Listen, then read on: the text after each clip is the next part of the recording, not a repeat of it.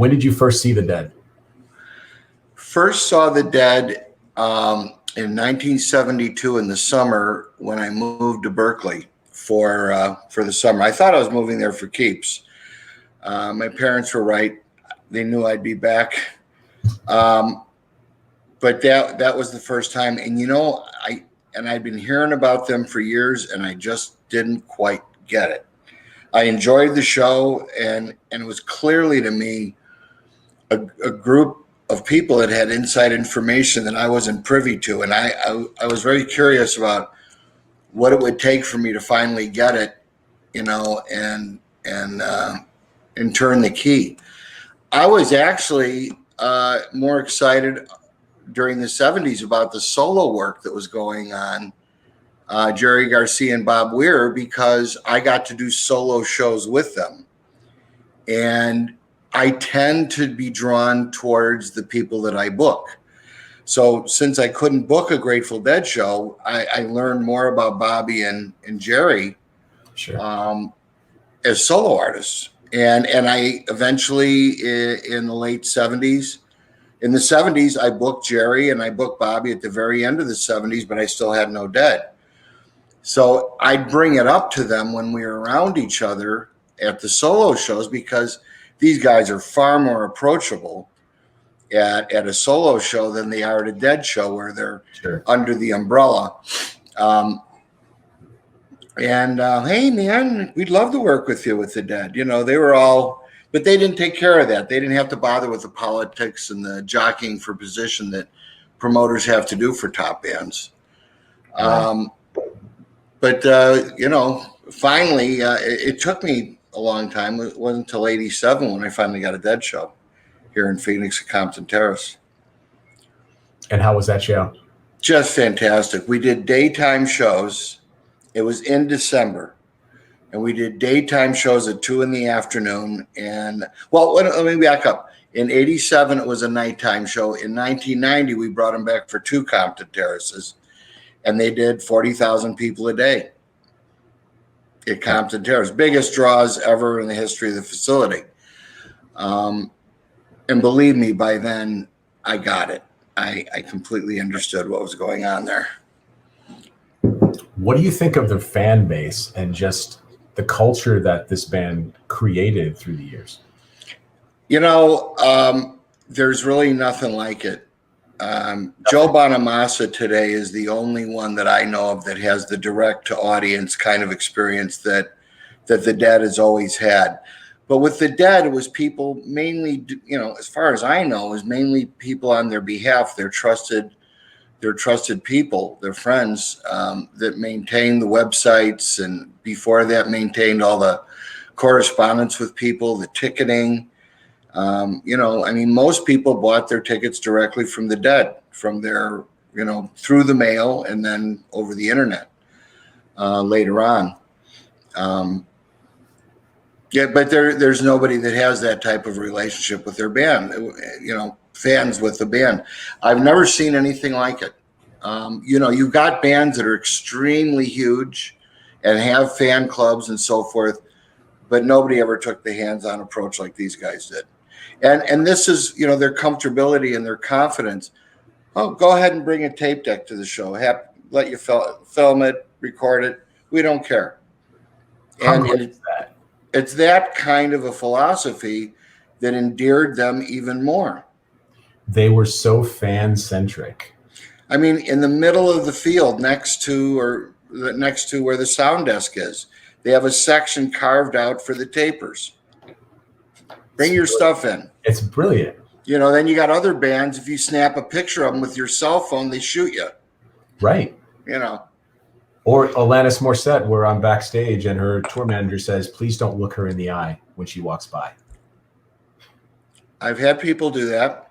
It unnerves them. Yeah. What, looking somebody in the eye? Yeah. Kind of like it, you know, you would with a dog. Okay. I don't know. Watch it, Fido. Right? Is that an anxiety thing? You know, there was I'm going to leave him unnamed, but there was a guy, a singer, a superstar, who forced us to make tunnels with drapes from where he got out of his car on the loading dock.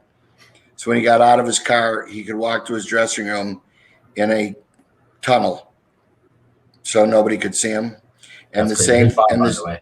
And the same thing happened when he went to the stage. Hi, Bobby. Hiya. How are you? Can't complain. You? I'm great. Say hi, I'm Richards. Hiya, Jim. It's a pleasure and honor to say hello. We were just talking about, I don't know where we got on it, but we were talking about how Tim mentioned that Alanis Morissette didn't like to have anybody make eye contact with her on the way to the stage backstage. I said, there's. Tell us about the painting behind you. That's beautiful. That's one my daughter took a photo, and then I took it into Photoshop, and I'm making it into a painting. Eventually it'll be oil on canvas. It's my old friend, my old pal, Ramla Jack Elliott. That's awesome. I love him. What a guy. Yeah. I had him open for Prine a couple of years ago, one of my last shows with John in Reno. What a piece of work. Was that Chloe that did that? She took the photo. Bob, we were talking about your Strat in that Tiny Desk concert. That was just last year, right before everything went haywire. What an amazing performance.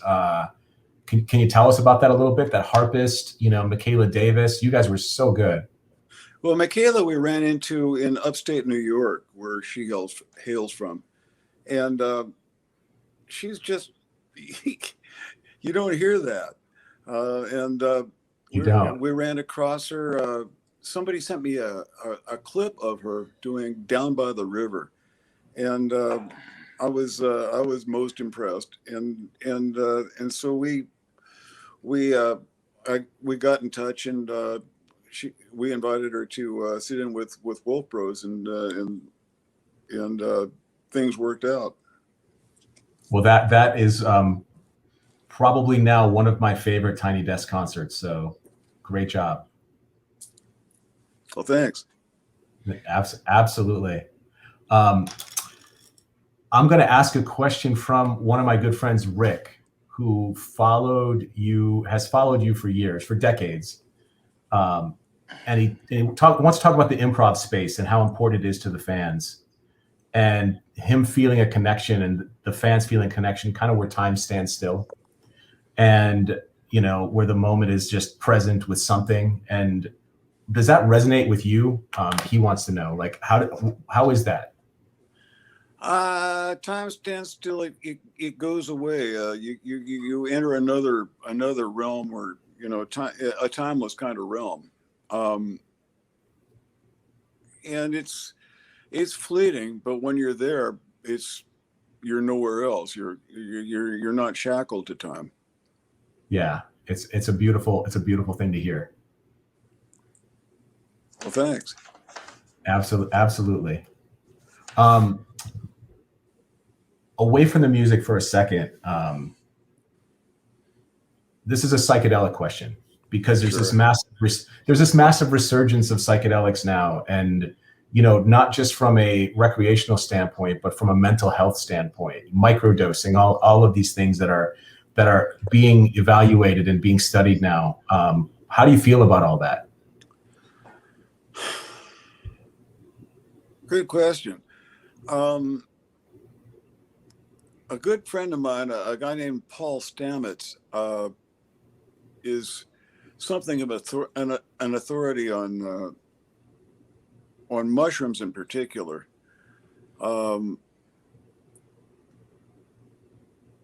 And between he and I, we have I'm not sure that there aren't other folks who have the same feeling about this, that there's some sort of benevolent spirit that's involved, that if you take all mushrooms together, or it might be different little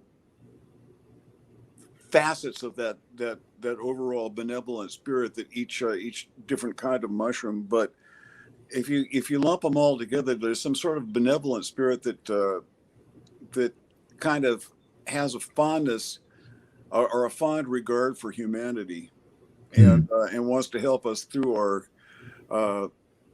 perhaps help us through our destructive impulses and predilections, and in return for sort of straightening ourselves out and straightening our ways and correcting ourselves, what it provides, what it seems to provide, is a little bit of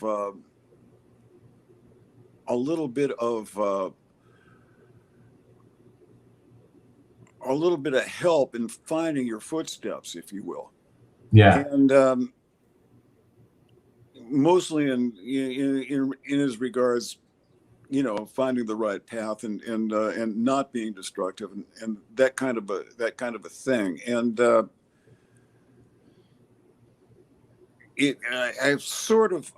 I think I'm kind of surmising or not surmising, but rounding up the conversations I've had with Paul. And he made a movie, by the way, not long ago, or it wasn't his movie, but he was featured in it, called, what is it? Fantastic Fungi. I've seen it. It's great. And it's eye-opening because it's about mushrooms in general, not just psychedelic mushrooms. In fact, very little of it is about that. Fantastic Fungi. Yeah, I think it's on Netflix, and it's beyond interesting. It's illuminating and more. I think the world needs a little bit more of that mindset that you're talking about now. Yeah, we're wound a little too tight these days. And just talking about it makes people angry. Right? Well, they're obviously Satanists. No, don't knock it till you try it. Right. Right. So, Bobby, let's say I'm a music fan, but I kind of stopped listening to the radio a decade or two ago. Uh-huh. And I'm locked into what I listen to all the time.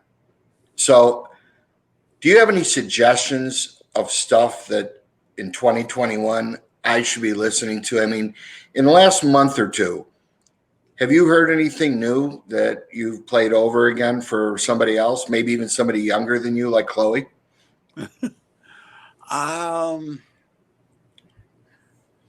There's no bad answer on that one. I'm not going to give you a real good answer on that.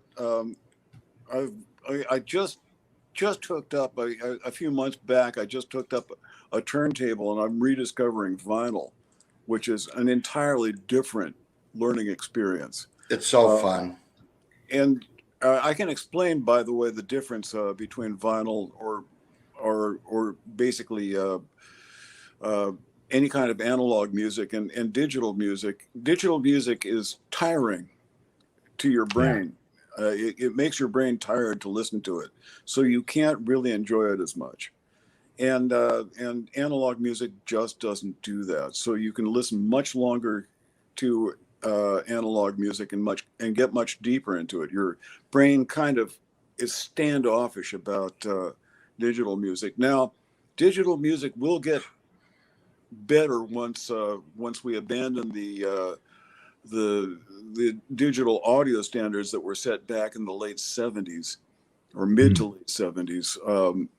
The digital music that's available on games and stuff like that is far in advance and far superior to what you can get if you buy a CD or listen to stuff that's available on the media.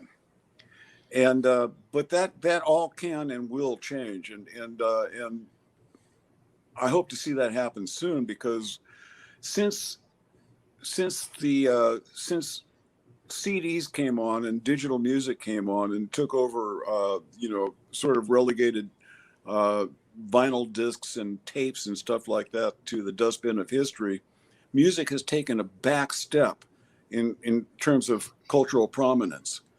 And I think it will step back forward once music is easier to listen to, easier for our systems to absorb. Do you Well, think? Oh, go ahead, Danny. Do you think that what it would take? I mean, I'm gonna ramble here for a second. You know, when you hear about $1 billion stadium being built somewhere, and you wonder how many Cokes and how many parking spaces and how many games and concerts are going to happen for the people that put up all this money to get back, you know, all of that. And the same holds true for what we were just talking about. I mean, how do you, like with the record business, as much, and I'm sure there's many things you could give a dissertation about what was wrong pre-2000 when the record business was the way it was, and now the record business is the way it is. Here's what I miss. I miss those record company promotion guys showing up at my office with coolers full of albums and saying, here's what you got to have, you know, and here's what you need, and here's what they're pushing, but it's not so hot, but they got promise. And you got these sales pitches, and then you get stuff sent to you by mail all the time. I get music sent to me by emails now. So it just kind of goes down that scroll in the world of another email and another ED ad or a Facebook thing. You know what I mean? It's just another link, as opposed to holding a special piece of art in that little CD or the album itself. Well, now, you know, I've got another example that will underscore what you said. Back in the late 70s, people started showing up at our concerts with real swell little reel-to-reel or cassette recording devices, and recording our shows. It was, you know, there was a good reason to do it because all our shows were different and all that kind of stuff. And our record company at the time told us, "Hey, listen, you got to shut this down. It's gonna kill your record sales, and you got to shut that down." And that doing that would have put us in the position of being cops, and we didn't want to do that to begin with. Yeah. And then there was something else about it that didn't feel right, so we didn't do it. And now we get credited for being the progenitor, the fathers of viral marketing, because people would make tapes and hand them to somebody else. You can make a copy of this, but the thing is, there were two differences between then and now. One is the tapes, you could only make 2 or 3 copies before the quality started to you know, it was no longer really particularly good quality, and it wasn't particularly listenable. And then secondly, and more importantly, is most of these tapes were given hand to hand to between people. And if you can just email something, I think at some point, too much facility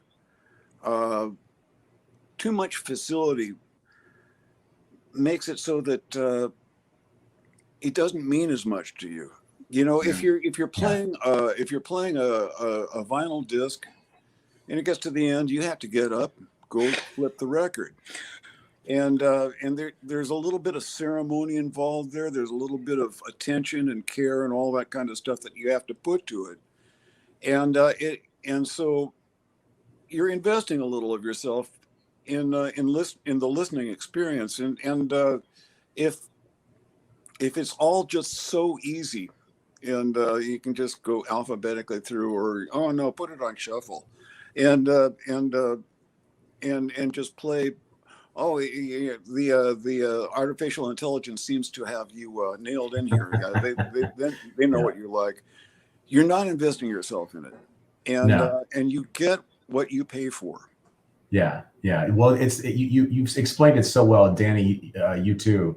It's the difference between an active experience where you listen to vinyl and you have to flip the record over, and you're touching a physical thing that is analog and warm and has these amazing attributes to it, and a passive experience. And you know, I've got no complaints about the digital sphere as a music fan, in the sense that I think it's great that we have that as an opportunity, but it's not the same. You know, you can't. They're not apples. They're not apples and apples. They're really two totally different things. Yeah, It's like, I mean, there are a lot of shows in the last year on the internet, which are great and they're great fun, but I don't look at that. I really don't look at that as a replacement for what we do on a stage and promoting concerts. But I do look at it as whether there's a pandemic or not. I look at it as a good place and a good way to fill in some blanks along the way, but it does not replace that thing of you having to be in your dressing room by yourself, getting your head together because you're going to go on stage in front of a bunch of strangers, and I hope I'm good tonight, and I hope there's people there, and I hope everybody else is ready like I'm ready, and that whole thing that builds up inside of your stomach earlier in the day, and it works itself out through time, whether you eat or not. And then you hear your name, or you say, time to go, Bobby, and it's all over, and it goes into a new world, and it's one of the most special places on earth. Which I should have changed my answer a long time ago. Why do you want to be a concert promoter? So I can do that. Yeah. So I can be part of your life before you go on stage, and then get to collect the rewards, hopefully afterwards. Which is, I had a great time. Did we make money? The two big questions at the end of the show. Right. If you had a good time and we all made money, we did our jobs. That's good. Yeah. And if we didn't make money, it doesn't mean we didn't do our jobs. It just means we're schmucks.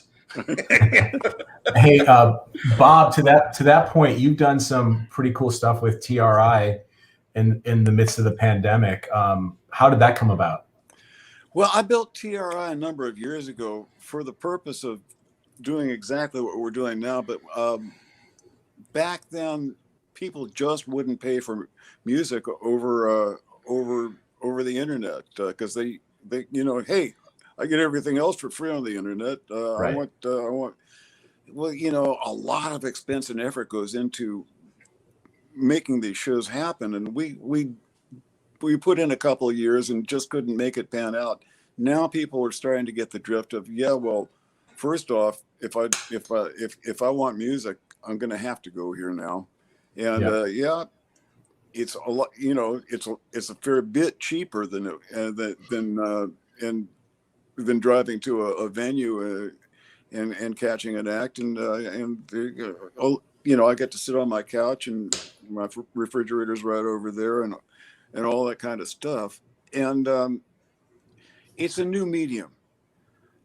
We have some, I think, surprises in store coming up in our next few shows that are going to be fun to watch. Awesome. Can't wait to see. I won't let the cat out of the bag because I'm not at liberty to do that. But I think we're going to spice it up a fair bit. And also we're going to be able to be interactive with our audience.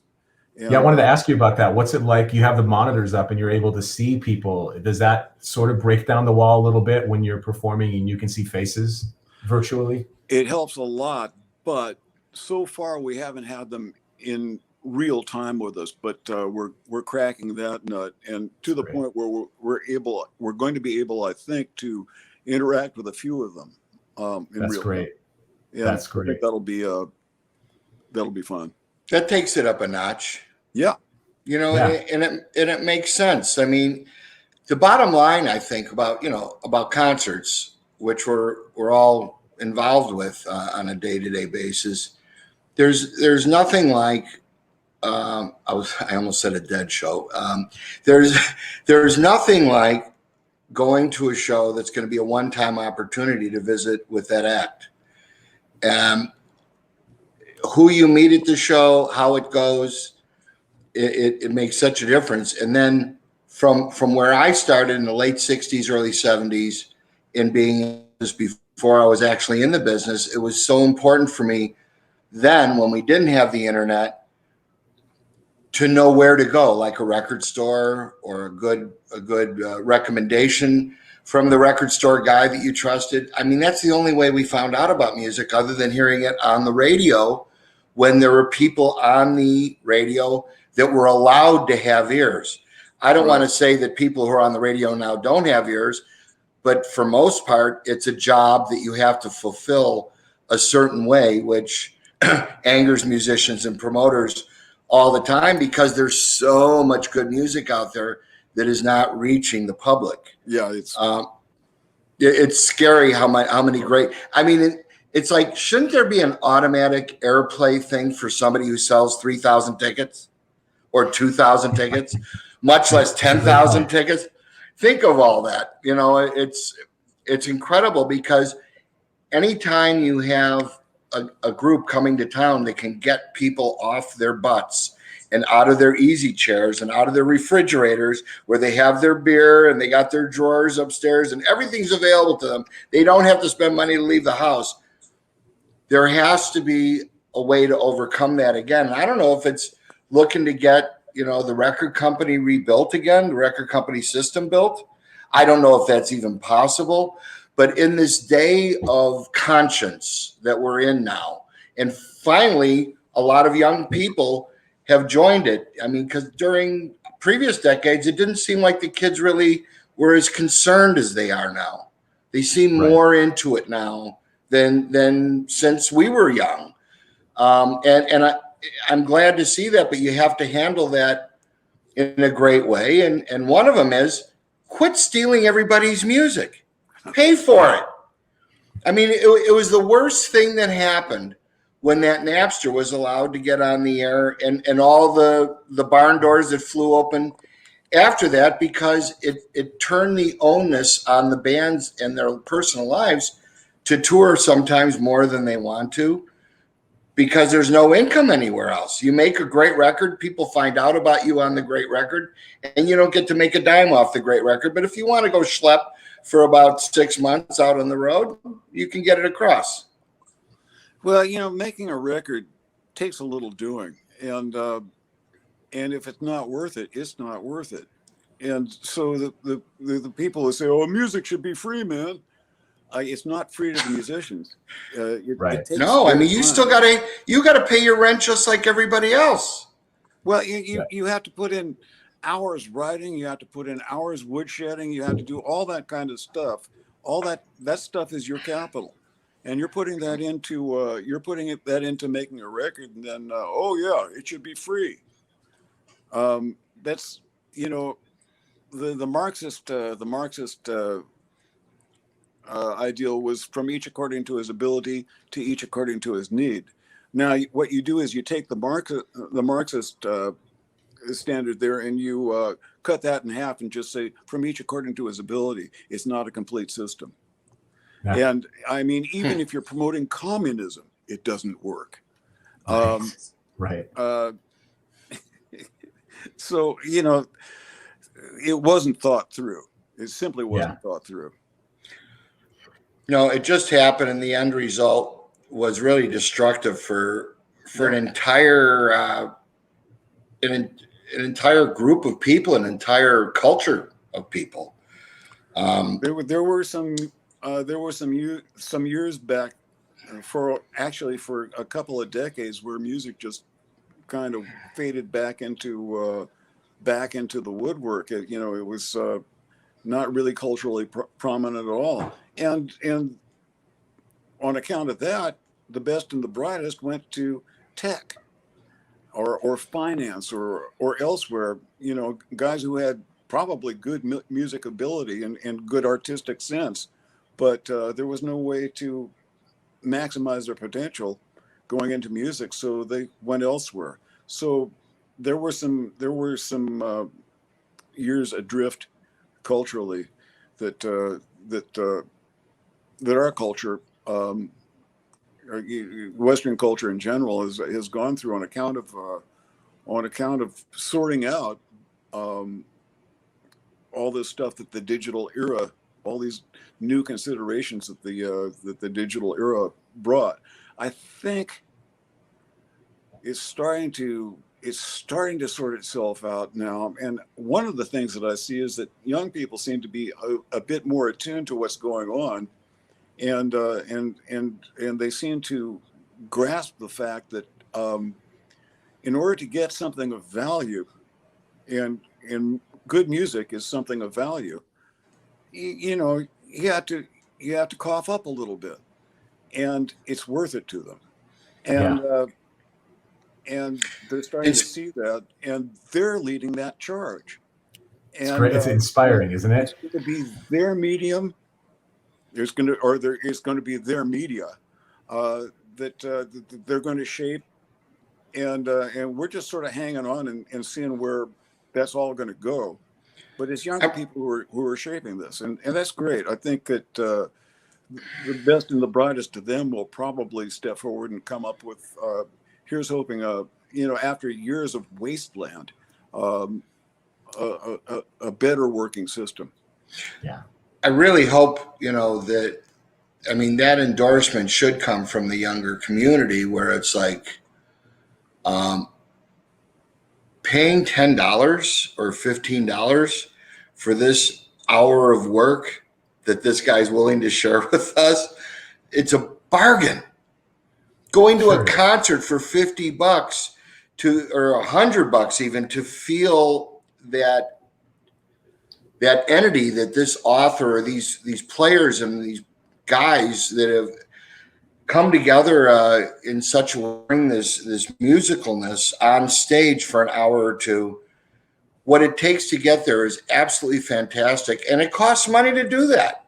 And I think everybody out there knows. I mean, well, let me rephrase that.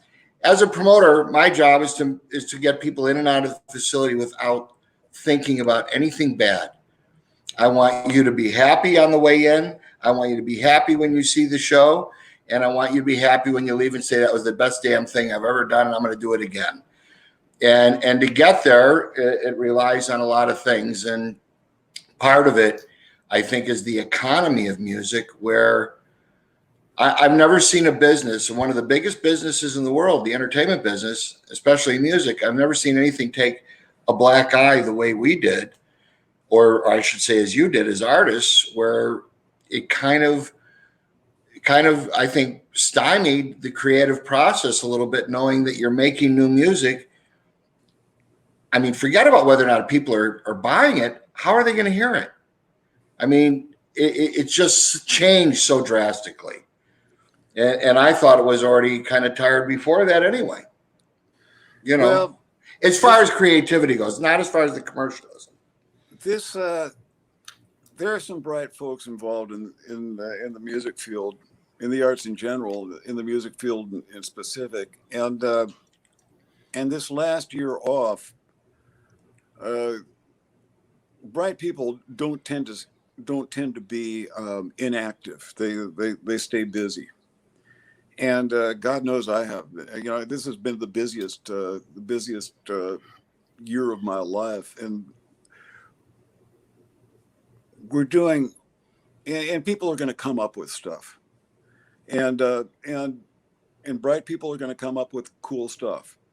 And for instance, now I have TRI, my studio, up and running and online, and it's a viable medium. I also have managed to pull together various things. I've got what basically amounts to a concerto grosso that I've been working on with an orchestrator down in Stanford, and it's going to take 2 or 3 nights to perform, and then we move on to another venue, and it'll be different in that venue, and it won't be the same anytime it's ever performed, and it's a sort of a step forward for classical orchestral mode of presentation. You're going to apply a yeah. Dead set to an orchestra? It's never Yeah. going to be the same. I love it. Yeah, that kind of thing. And we've even got this is all in theory so far. We haven't tried it out yet, but I think it's going to work. We've got it so that there will be long passages where we'll actually have large elements of the orchestra improvising, which has not been done. Wow. Improvising in more than a chaotic manner. That is exciting. I want to hear that. Yeah, it's and then I'm writing a book, doing all kinds of stuff, writing an opera. An opera too. I'm going to stay busy. And so, Bob, in the middle of that, you're writing the orchestra thing. Got a little book going. Bobby, take out the garbage.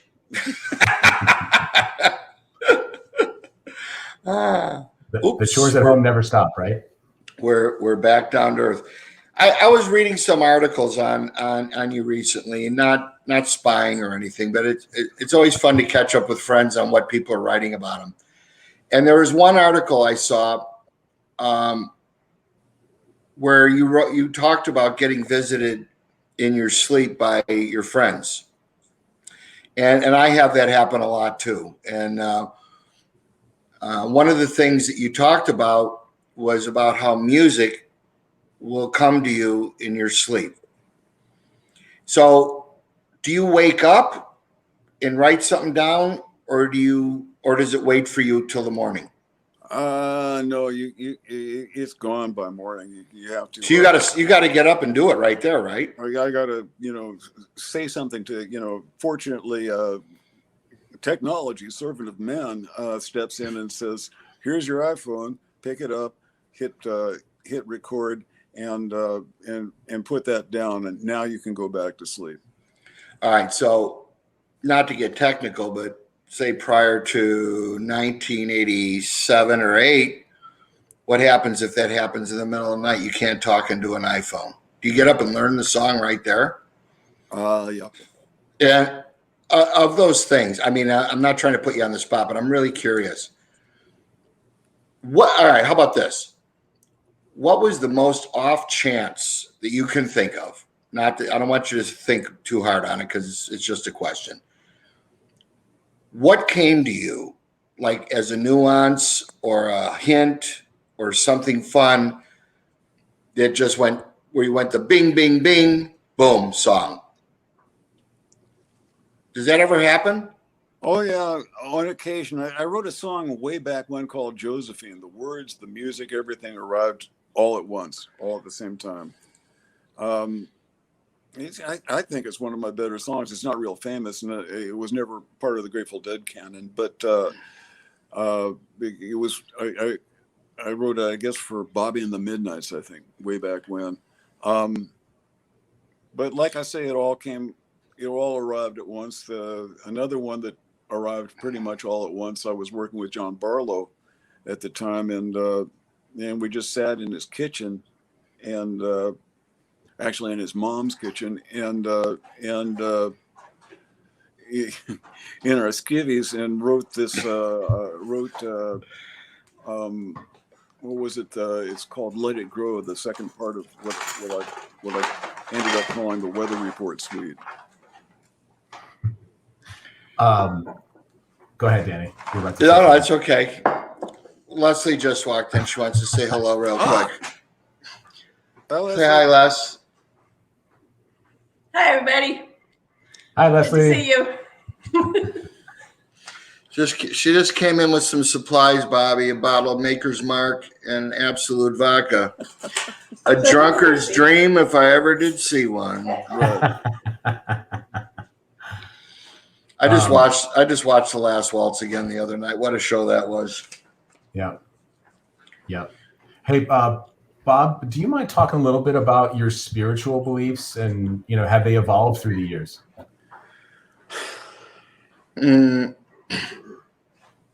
Hard to, it's going to be hard it's going to be hard for me to nail me down on that one, but okay, that's fair. But I'll give it a try. Why don't you just ask him if there's dead after life? I'll tell you Oh, what, hey now. I'll just suffice to say that I meditate, and I really, I would promote it if I thought that anyone would be listening. If you ever had an inclination towards trying meditation, do it, because it really, the thing about meditation is, I don't know if I can do this stuff. I sit down and I try meditating, and if you just do it and you do it regularly, after a while you find, oh, wait a minute, I've been doing it. It kind of catches up with you. It's what was it Jesus said? Asking ye shall have, seeking ye shall find, knocking the door shall be opened unto you. And that's you find that through you find that that particular teaching in all the major religions. If you want it, you're going to get it, good or bad. So if you just make a point of chasing that, you're doing the right thing. That's awesome. And by the way, just for the record, I'm a fellow meditator, and I'm with you. I can't imagine life without it. I just recently been discovering Indian clubs. I've got this app that Indian classical musicians use, and it's called Tabla Pro. Okay. Horrendously expensive. It's like $30, but you can build a tabla set to boom, boop, boom, boop, boop. It's got tambura going and all that kind of stuff. You can change the key. You can change the tempo, the different kinds of rhythms. It gets way deep, or way deeper than any Western musician would possibly have any use for. But so I go out on my porch and I put the thing on, and I'm doing the Indian clubs, and underneath that in rhythmic sequence, I'm doing my mantra. Oh, and sounds amazing. And you really get into a zone.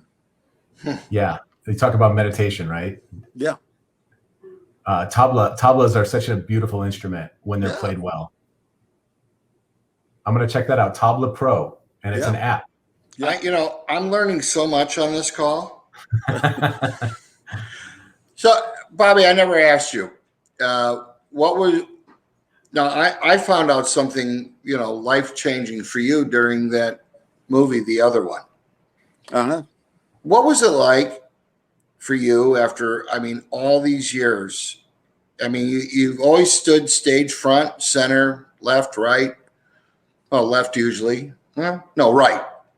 And what was it like to have that focus on you after all this time? It was singularly about you.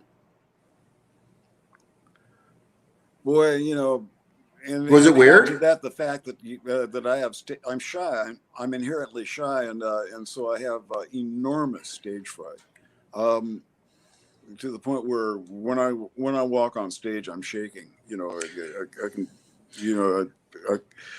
I wouldn't be able to sign my name, for instance. That wouldn't. Every time, I can attest to that. Every time.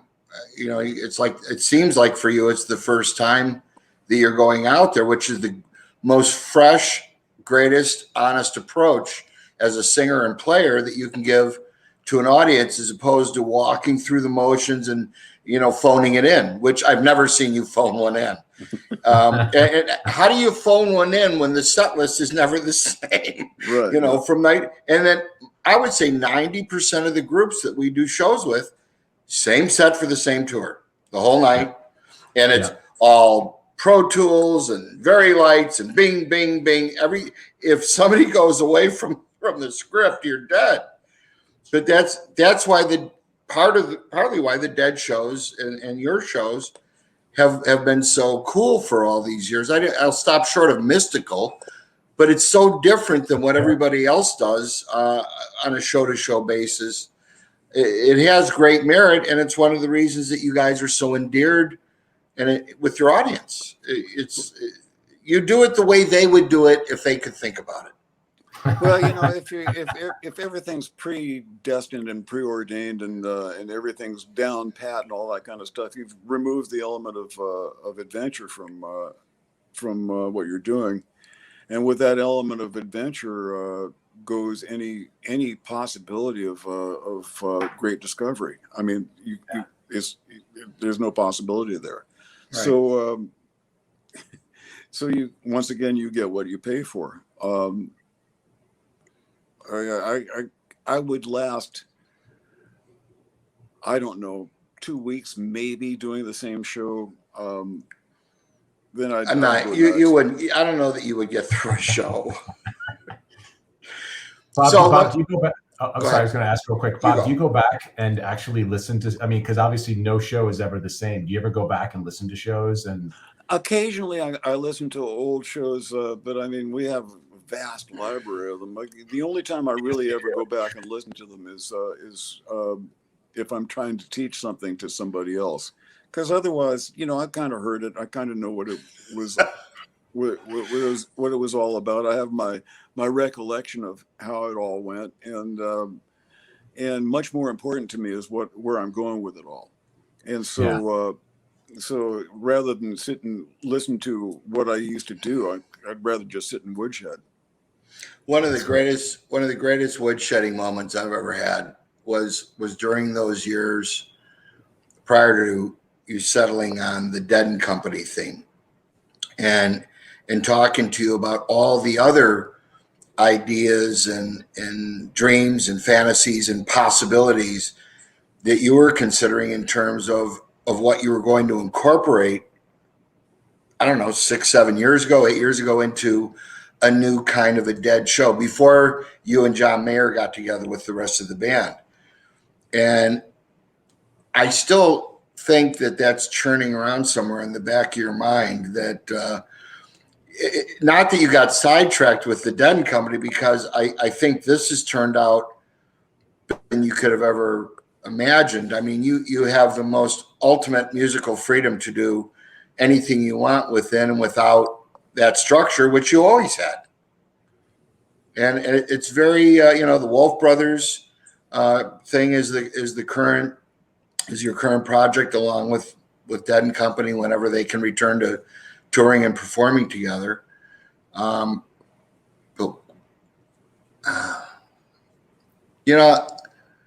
Considering the possibilities of the Dead and you and everybody else all these years, and being here now in the middle of a pandemic, just makes me want to think about when those first shows are going to come back.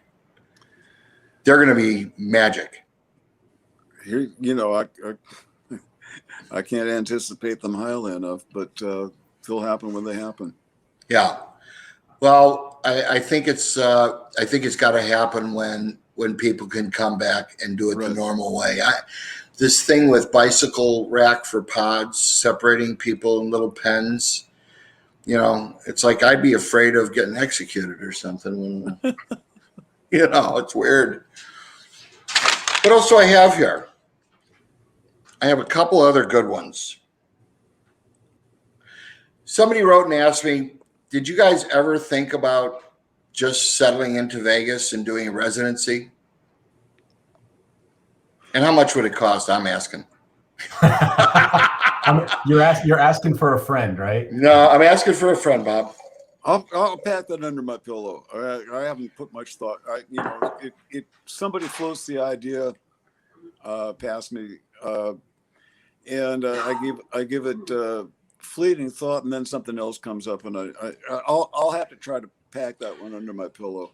Well, that's probably one of those things you consider only when you realize you're 2 or 3 steps away from oblivion. In your case, I'm talking about, not for people that are doing it. I don't want anybody to start up on me, but but think about it. those great years in the 90s we had with those Dead shows and people making the sojourn to Vegas and turning that town upside down before it turned into Vegas. And I firmly believe those Dead shows changed Vegas permanently for good in many ways. I got that feeling when they were happening. Yeah.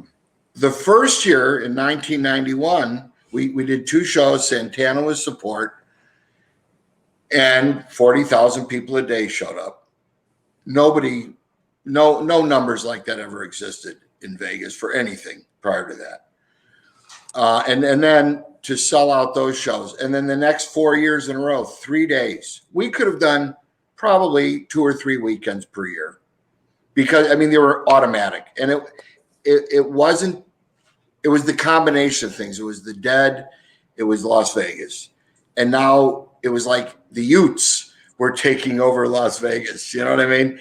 The first year they're going, oh my God, they weren't prepared. The second year they settled in. By the third year with Sting opened the third year, and by then they're going, welcome Deadheads. There's street signs, you know, and they were loving it because we purposely came in April and May when there was nothing else going on in Vegas. It wasn't a national holiday. It wasn't something where it was going to be packed anyway. We saved those people each year, not on purpose, mind you. We were doing it for us first.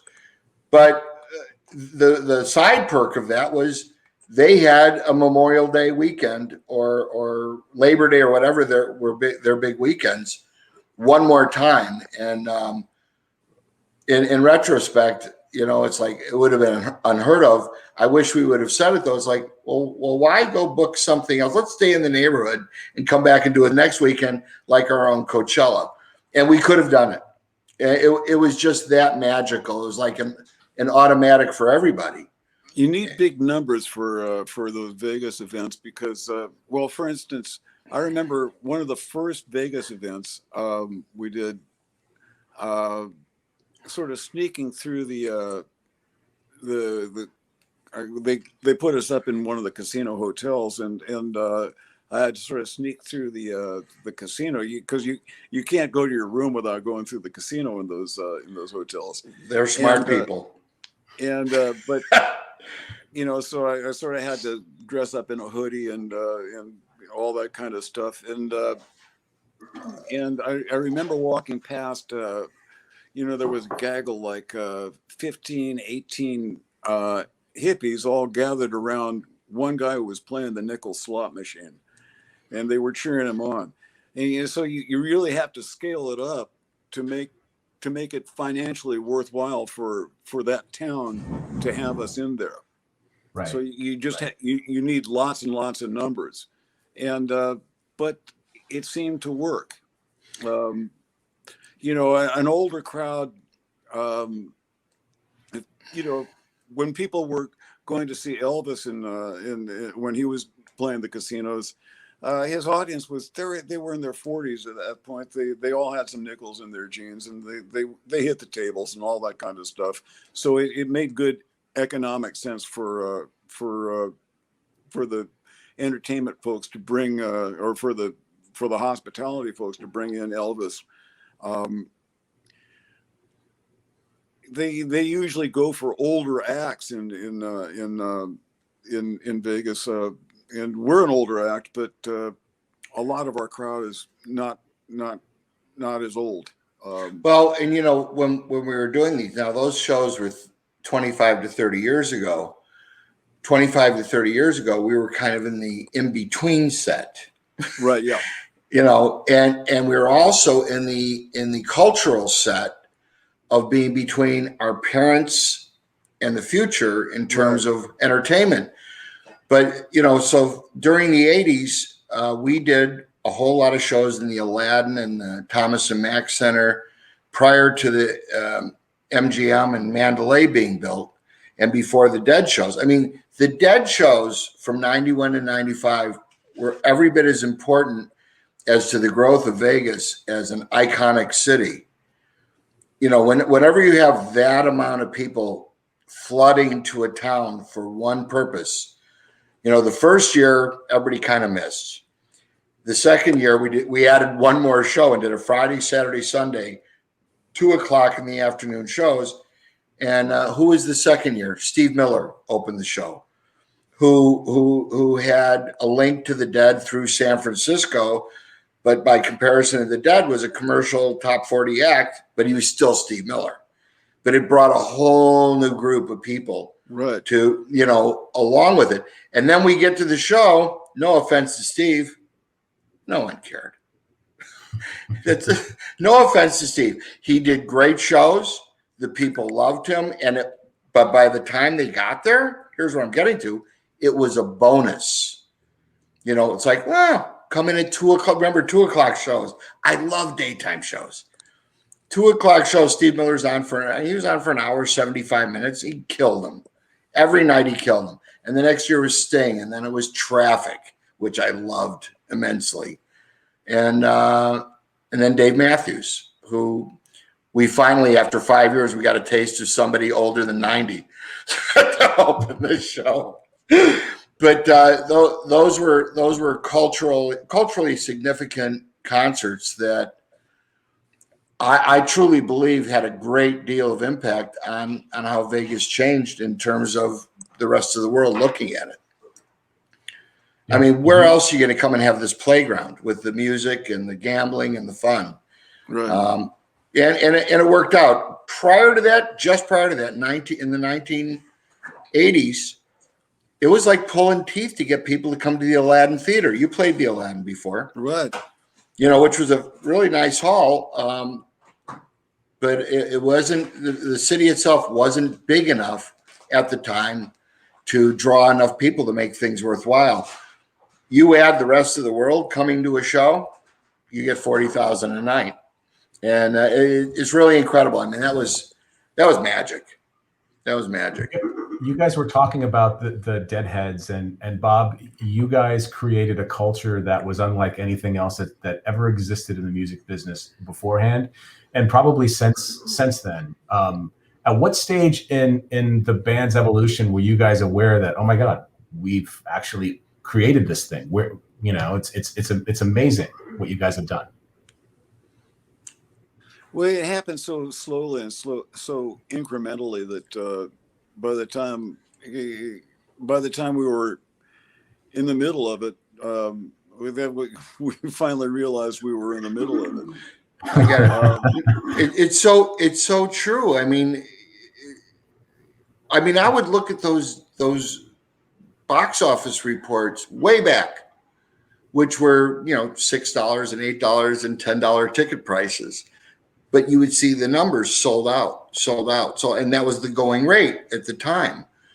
I know exactly what you're saying, because it's like we're here and we didn't even know it because we're just too busy doing and making. And you guys are coming, and what do we care about all that stuff? But the communion that your band has with the audience, with your fans, is unlike anything else, you know, out there. And, you know, I guess what I'm looking for is like, and maybe there wasn't a specific moment, but like, I'm sure you had that connection from day one. But again, in hindsight's always 2020. You look back on it and it's literally magical. Like, you changed the world. Oh, well, That's big. It and is. You know what? Let me say this, Tim. Every time he goes on stage, and every time his band, not that he owns them, but his folks, his bandmates, every time they go on stage, I've never ever seen, whether it's solo or band wise, I've never seen an attitude from them as big as they are, where they could go, it's just another night. It's never just another night with these guys. Yeah.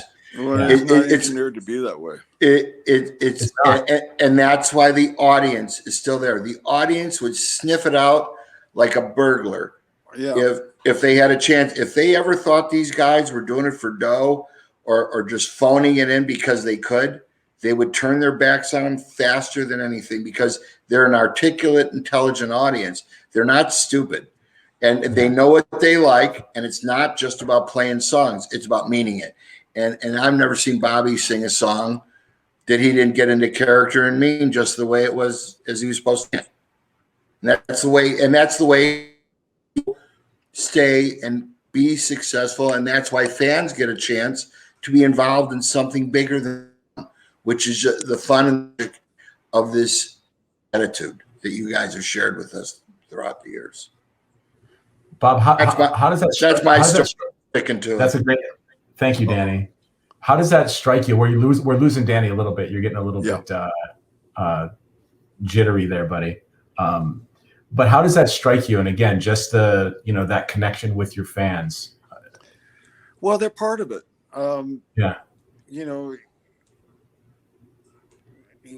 It goes beyond just reading the faces of the people in the front rows. You can feel something coming back. We play a stadium. You can feel something coming from the back rows. You can feel it, and the characters that come through me and through the performers, that gives them life. That energy gives those characters life. They become enormous, and they can feel themselves alive, and they want to tell their stories, because here I am. I'm living right now. Here's my chance to tell my story, and we're all part of that phenomenon, and nothing much that I can think of like that. I mean, opera's like that, but there's an operatic quality to what we're doing, what we do on stage. It's words in its music, and it's theater, and it's and it's characters telling their stories once again. That's what it's about. And the music is supportive. The music is like the scenery, the atmosphere. And there's, as an artist, you identify a truth of some sort that you want to express, and chances are, every now and again you find that a truth that just can't be captured by words, and so it takes art to do that.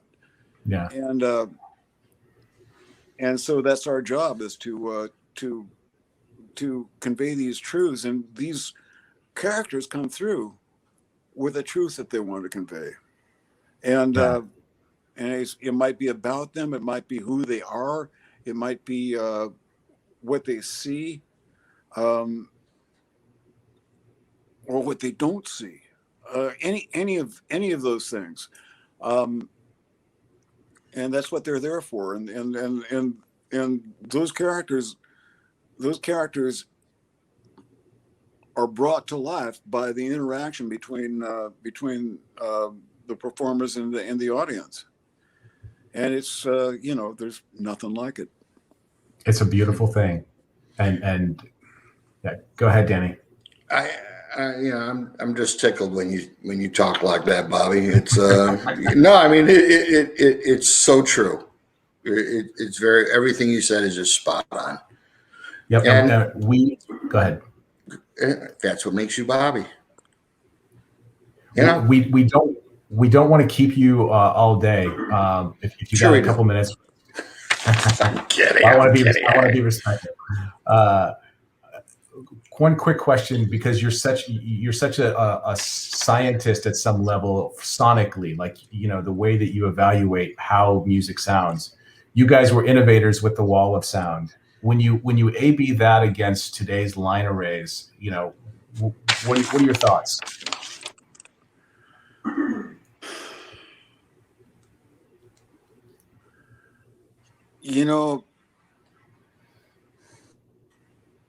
Sound equipment is getting better and better. If it's really, really high resolution digital or analog, these days it's the best there's ever been. Yeah. And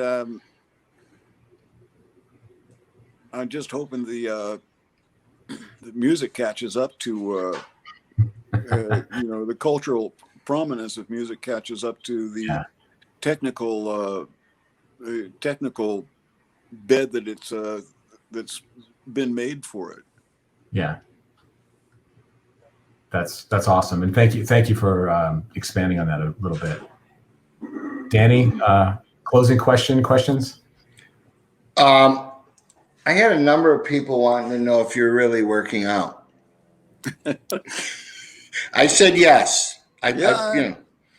So I do it daily. So what? 1 hour? About that, yeah. So do you have like favorites? All right, because I'm asking personally. I'm not asking for the rest of the world. I want to get stronger in the chest and in the arms, because as we get older, our arms start to lose strength, and then it turns into little like wrinkly old things. Right. And I want to try to avoid that. Well, I like my swingy toys. I got what they call mace bells or maces. Do you know what mace bells are? I'm asking Leslie. They're it's maybe a steel ball about that size on the end of a 3.5, 4 foot handle, and you swing it around, and there are all kinds of complicated moves that you can do. I love those because you can get a full body workout with that kind of stuff. But really, what I've been moving towards lately, and I got a little crew of guys that I work out with, and what we've been moving towards is we start our workouts. We've been starting our workouts in the last little bit with the Indian clubs, and we meditate with the Indian clubs, and we're in constant motion while we're meditating. And then we take that and we have a series of moves where we go into whether it be push-ups. They have to be assisted push-ups because we do these 2-minute drills, and then you take 20 seconds off, and then you do another 2 minutes. Assisted pull-ups. Are you doing this online? One of these. Or do you have somebody come make in? a little video of all the moves we've been doing, because I haven't seen it anywhere. We've been more or less coming up with this stuff ourselves. Most of it. You should, because there's a lot of guys in this age group that want to do the right stuff without hurting themselves, but they're anxious to do things that will make them feel tight, and a little tougher. Right. The maces, that practice goes back to before civilization. Oh, no kidding. Yeah, I mean, people have been practicing that. What do you call that? Well, they call them mace bells, and then somewhere. I'm learning so much. Somewhere about 7,000 years ago or so, when the Vedic civilization started happening, the Sanskrit word name for the mace is gada, and then the Sanskrit word for the Indian clubs is lakuta, and they've been practicing that kind of as a yoga for millennia. And so there's a classical aspect to the practice, and I kind of like that because I'm kind of a classicist by nature, and I don't do a whole lot of regular weightlifting. I've got some dumbbells, but I don't use them. I've got some. Every now and again, I'll use a kettlebell for this or that, but I like swinging things. I like functional training. It's not just picking something up; it's picking something up and doing something with it. Mm-hmm. Kind of like a Fender Strat. Yeah. Somebody once told me that nobody's appeared on stage for more time than you. Do you think that's true? You know, there's every possibility that I've spent more time standing in front of a microphone playing guitar and singing than any human that ever lived. I mean, Amazing.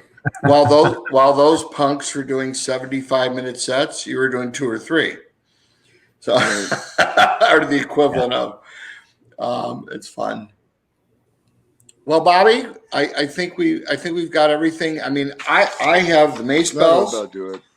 I've got Tabla Pro. Yep, $30 app. I got the Fantastic Fun Guy, and we had a lot of fun in between. This has been great. I'm so glad and happy that you carved out this for us today, because I'm sure you had not, if you agree, about 100 other things you needed to do today. And thanks for sharing your time with us. You bet. How's your book doing? The book's doing great. I hired a PR guy, and there's a whole bunch of stuff in progress that I hope to be doing anything I can to promote it. It's a nice story about a guy and his friends who put on rock concerts. And there's, fortunately for me and for us, there's a lot of people out there that love going to concerts. And it's one of the last things left from the old days, from the old ancient warriors and the Romans and the Colosseum and everything. Well, at least now, hopefully, we don't go to a show and have people getting tigers let out on them or anything like that. we might let a road manager, out on them once in a while. But I can't wait to get back to work just like you. And it's such a great thing. I mean, I'm so glad that you're here. Yeah, we're glad you're in the world. Thank you for everything. My pleasure. Thanks. All right, my brother. All right. Have a great night. And you. Anyway, before you jump off, we had a nice visit with your wife while she was here, and Chloe. What beautiful girls they are. Yeah. Did she come back yet? Not yet. Another week, I think, or something. Is she still here? Might be. I don't know exactly. I'll check. Check in. Yeah, everybody's got this different kind of mentality about, the whole COVID thing and everything. I mean, with friends of mine and people I'm close with, I'm fine being in a room with them. I don't say no. But she had to deal with getting in and out of that place, and I completely she's got a real tight protocol she's got to deal with. Her so she comes her second shot. So she comes over here and she sits in the driveway, and we sit over on top of this thing, and we had a great visit for about an hour. It was great fun. She took that wonderful picture, or Chloe did. It was very cool. But it's great to have her here, and we'll do anything we can for her. All right. So I'm waiting to hear back from the boys about December Wolf Brothers. Looking forward to that. That's going to be great. I can't wait because I haven't heard it yet. So I must. Right. I should probably go online and listen, right? Yeah. Check out the Tiny I'll Desk send you an concert. invite to show coming up. Do you have a new one coming? The 17th. Okay, I'll be there. All right. All right. Thanks, Bobby, for your time. I really appreciate it, brother. Yeah, thank you, Bob. Bye, guys. Cheers. Bye.